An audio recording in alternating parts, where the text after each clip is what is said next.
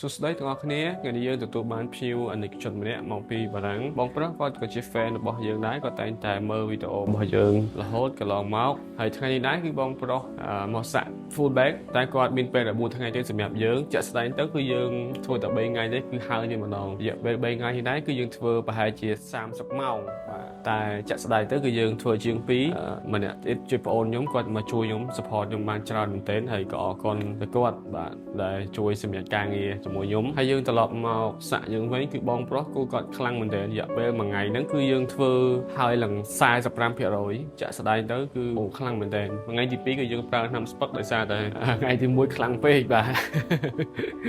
ថ្ងៃទី2នេះគឺយើងប្រើថ្នាំស្ពឹកប៉ុន្តែលទ្ធផលក៏វាមិនសូវល្អប៉ុន្មានដែរពេលដែលយើងចាក់ថ្ងៃទី1ហើយគឺយើងប្រើថ្នាំស្ពឹកបន្តទៀតហើយរូបសាក់នេះដែរគឺយើងប្រើជាមួយនឹងទឹកថ្នាំឈុតអសរឈរប្រហែលរបស់កូនខ្មែរយើងដែលមានលក់នៅ supply បងជូលីហ្នឹងសម្រាប់បងប្អូនដែលចាប់អារម្មណ៍អាចតាក់ទងទៅគាត់ផ្ទាល់បានហើយបងប្រុសនិងប្រពន្ធរបស់គាត់គាត់ថាមកស្រាក្រោយជាមួយកូនគាត់នឹងនាំកូនមកគាត់ពីរនាក់មកសាក់ជាមួយដែរបាទអរ